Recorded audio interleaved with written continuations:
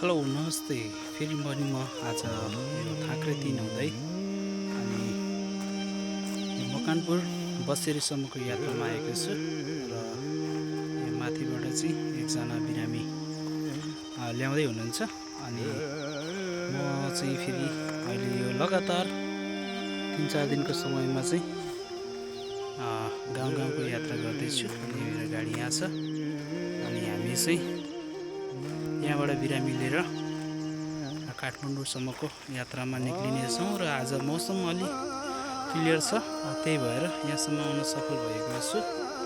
यो पारीको डाँडा हेर्ने हो भने चाहिँ यो 3 नम्बरको डाँडा गाउँ भर्ले अनि यहाँबाट माथि हेर्ने हो भने यो मकनपुर र अब हामी यहाँबाट सिधै बिरामी हालेर चाहिँ काठमाडौँसम्मको यात्रामा निक्लिनेछु। थ्याङ्क यू सो मच सबैजनालाई मेरो भिडियो हेरिदिनु भएकोमा। By by.